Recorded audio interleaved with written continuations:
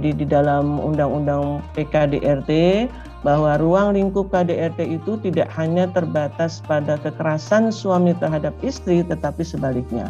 Tadi juga disinggung kekerasan itu terbagi berbagai macam, kekerasan fisik, kekerasan emosional atau verbal, kekerasan psikis, ya, kekerasan seksual dan penelantaran. Nah, di sini kita bayangkan, misalnya ibu dan ibu-ibu semua barangkali pernah mendengar atau juga mungkin juga mudah-mudahan tidak pernah tidak pernah terjadi, ya, misalnya. Bayangkan kalau kita mendengar tetangga kita seorang perempuan yang diperlakukan tidak sepatutnya, di mana tetangga kita itu misalnya terjadi teriakan, tengah malam teriakan, caci maki, barang-barang yang gerombang-gerambeng gitu, ya, gerebak-gerebuk gitu, ya, nggak karuan. Nah, terus kita harus ngapain ini, ya? Kita harus ngapain nih? Apalagi tengah malam, ya. Pastinya kita juga merasa takut, ya, merasa tidak berani, ya. Itu urusan keluarga mereka. Untuk apa? Biasanya kita begitu kan? Itu urusan kekerasan, urusan domestik mereka, urusan keluarga mereka. Untuk apa kita turut campur? Nah, tadi sudah dijelaskan dari sisi agama bahwa itu adalah kezoliman, di mana itu adalah bagian daripada kita untuk amar ma'ruf nahi mungkar, untuk membantu para istri yang mengalami KDRT. KDRT ini kita tahu bersama adalah merupakan sebuah fenomena gunung es. Sebenarnya banyak, tapi hanya kelihatan di puncaknya aja, di atasnya aja, ya. Dan saya juga kebetulan pernah melakukan pendampingan, ya, pada saat saya di P2TP2A Kota Tangerang Selatan, P2TP2A, ya. Di situ saya menghadapi atau mendampingi seorang wanita yang diperlakukan kekerasan, ya, oleh suaminya, dipukul oleh balok yang kuat, yang keras, dan dia mengadu kepada saya, dan kemudian kita laporkan bersama ke polisi dan seterusnya dan seterusnya. Jadi apakah yang harus kita lakukan ketika kita melihat fenomena itu? Apakah orang yang solehah, istri yang solehah itu harus diam saja? Ya, tadi sudah disimpulkan bahwa jangan hanya diam, ya, tapi bagaimana kita harus melakukan itu, dan bagaimana upaya-upaya langkah-langkah kita supaya kita tidak mengalami siklus kekerasan dalam rumah tangga, ya. Nah, dalam hal ini saya ingin menyinggung sedikit bahwa dimensi manusia di dalam psikologi itu adalah ilmu yang mempelajari tentang perilaku, ya. Itu terdiri dari 3 dimensi.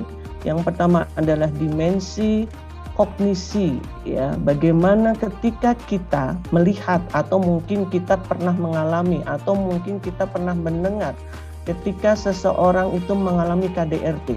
Dimensi kognisinya, bagaimana dia berpikir, kenapa terjadi pada dia, kenapa terjadi pada aku, ada apa, ada masalah apa, ada apa yang terjadi, mengapa suami saya berubah, mengapa tetangga saya berubah, misalnya itu, ada apa yang menyebabkan terjadi KDRT?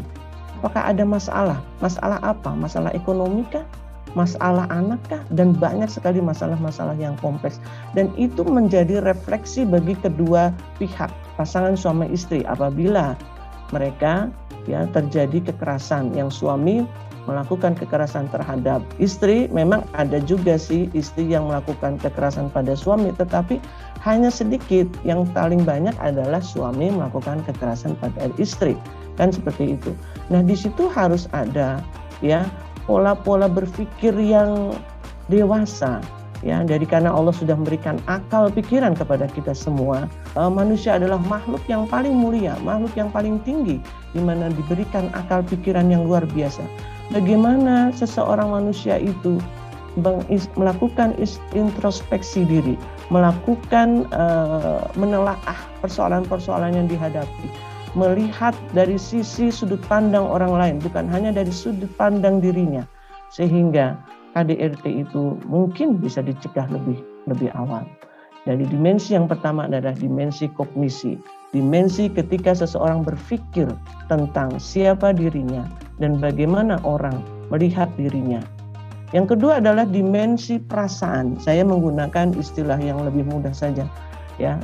Dimensi perasaan ini adalah seseorang manusia diberikan oleh Allah hawa nafsu, jiwa, emosi, ya. Kalau kita sering menyebut kamu sedang emosi gitu kan, itu seringkali cenderung kepada hal yang negatif, emosi, emosional gitu ya, marah dan seterusnya, marah ya, kemudian dendam misalnya, kemudian jijik ya, emosi-emosi yang negatif. Ada lagi orang melakukan dikotomi antara emosi yang positif, yaitu misalnya bahagia, senang, antusias gitu, dan dimensi emosi yang negatif tadi. Padahal tidak seperti itu hanya untuk memudahkan saja proses berpikir ketika seseorang melakukan dikotomi antara baik buruk, kanan kiri, atas bawah, emosi positif maupun emosi negatif.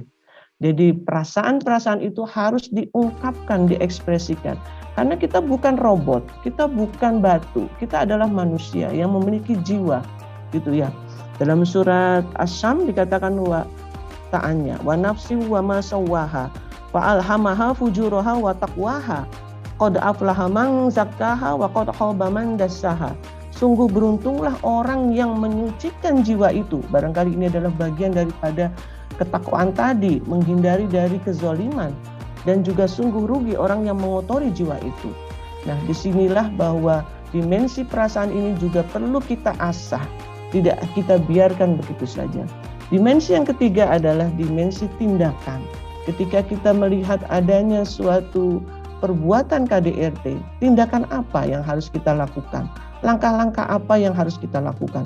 Tentu kesemuanya dari tiga dimensi ini tidak berdiri sendiri dalam satu kesatuan yang utuh, dari berpikirnya, perasaannya, dan juga tindakannya tersebut.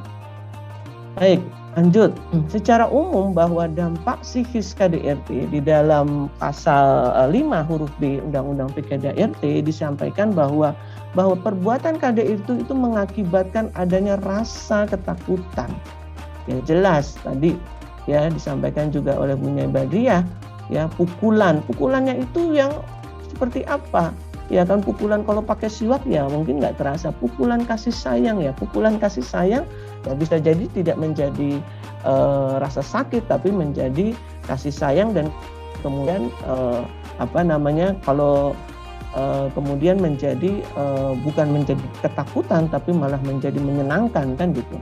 Kemudian yang berikutnya adalah hilangnya rasa percaya diri dengan adanya superioritas. Biasanya laki-laki kan memiliki superioritas. Tadi sudah disebutkan budaya patriarki ya, budaya di mana laki-laki itu merasa superior. Memang banyak argumentasi mengapa kok laki-laki itu memang pantas untuk melakukan kekerasan. Banyak sekali argumentasi, misalnya adanya argumentasi bahwa yang melegitimasi bahwa laki-laki berhak untuk melakukan kekerasan, yaitu adalah karena dikaitkan dengan aspek biologisnya, yaitu adanya hormon testosteron, hormon yang menyerang, agresif gitu ya. Dan ini adalah merupakan given dari Allah, sehingga karena dia given dari sananya maka biasanya dimaklumi ya. Seperti itu pandangan-pandangan yang masih salah gitu ya. Nah, penjelasan semacam itu telah memberikan suatu implikasi bahwa kekerasan itu akhirnya dikaitkan dengan suatu agresivitas. Laki-laki itu yang kuat, agresif, laki-laki itu tidak lebay, laki-laki itu harus nggak cengeng, nggak boleh nangis kan gitu. Nah, itu selalu dilekatkan kepada laki-laki dibandingkan dengan perempuan. Citra laki-laki yang kuat secara fisik, maka dengan adanya agresivitas itu diberikan legitimasi atau diperkenankan bahwa memang boleh laki-laki itu melakukan kekerasan gitu kan. Nah, dengan adanya hal tersebut maka muncul stereotip ya yang melekat pada diri laki-laki tersebut, sehingga kita mengatakan bahwa perilaku dari korban KDRT ini biasanya akan mengalami ketidakpercayaan diri. Yang kemudian berikutnya adalah hilangnya kemampuan untuk bertindak karena dia mengalami tindakan-tindakan kasar dari suaminya ya, mengakibatkan dia tidak memiliki kekuatan, dia merasa lemah. Nah, ini perlunya dukungan dari lingkungan untuk memberikan support dan juga melakukan afirmasi kepada dirinya. Jadi perlu, dia merasa bingung, nanti akan lebih jelas lagi di belakangnya. Kemudian rasa tidak berdaya dan juga penderitaan psikis berat pada seseorang. Nah ini levelnya bertingkat-tingkat. Jadi saya memecah kembali dalam beberapa perilaku korban dari KDRT, ada 9 ya, saya memecah menjadi 9 kalau tadi dalam undang-undang ya. Yang pertama adalah di dalam perilaku korban KDRT ini, dia biasanya kehilangan minat untuk merawat dirinya, merasa cuek, acuh. Ini dalam level yang bisa ringan, sedang ataupun berat. Ya, misalnya nggak pernah, jarang mandi gitu ya, rambutnya acak-acakan, aut-autan, nggak keurus lah. Ya, kemudian kehilangan minat untuk berinteraksi dengan orang lain. Ya, jadi di sini tampil dengan cara tindakannya itu adalah dia mengurung diri. Biasanya suka bergaul, biasanya suka kongko-kongko gitu ya, me time dan seterusnya. Dia mengurung di kamar, tidak mau berhubungan dengan orang lain, diam dan nggak mau bercakap-cakap. Kemudian yang ketiga adalah munculnya depresi. Ya, dia sudah mulai dengan pandangan mata yang kosong, murung, banyak melamun, sering menangis, susah tidur gitu kan, atau juga malah terlalu banyak tidur ya, dan juga bahkan berpikir tentang kematian. Kemudian yang berikutnya adalah dia akan terganggu aktivitasnya atau pekerjaannya sehari-hari.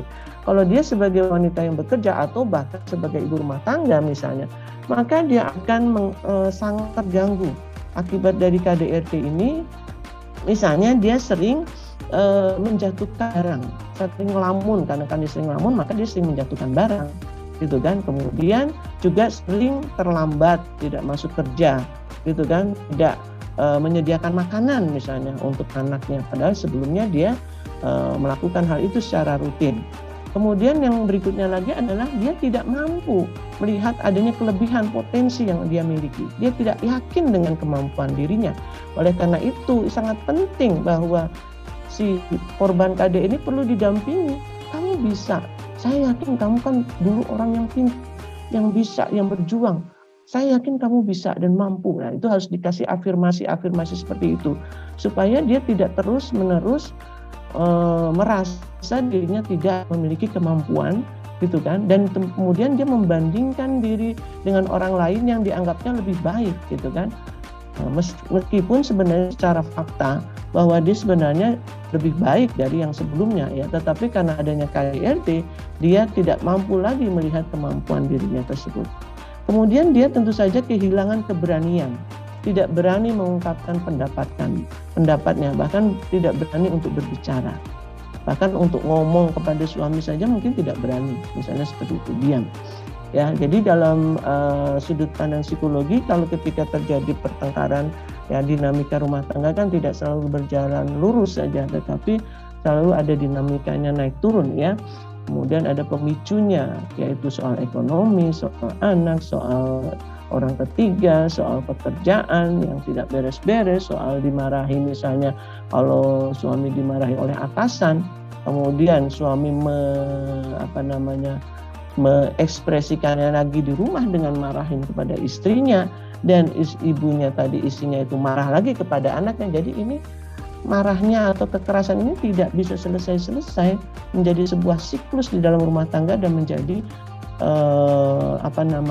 menjadi kekalutan yang ada di dalam keluarga, terus ada kekerasan yang ada di dalam keluarga yang terus-menerus diwariskan. Nah, jadi ini perlu diputus ya. Ketika dia kehilangan keberanian tersebut, tidak berani mengungkapkan pendapat, ya, apalagi kalau mengingatkan pelaku tersebut yang bertindak salah ya, misalnya kasus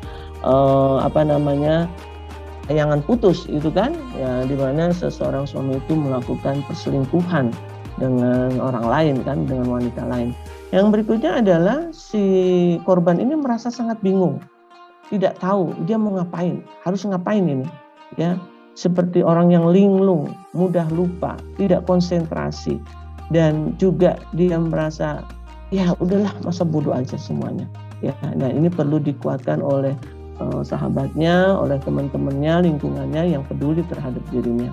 Kemudian yang ke-8 adalah dia bisa saja menyakiti diri sendiri atau bahkan melakukan percobaan bunuh diri karena dia merasa tidak berguna lagi di dunia, dia merasa tidak memiliki harapan, tidak bermakna, maka dia lebih menginginkan, ya sudahlah, ya, seperti itu. Tapi sebagai seorang yang beriman tentu kita tidak melakukan hal tersebut ya.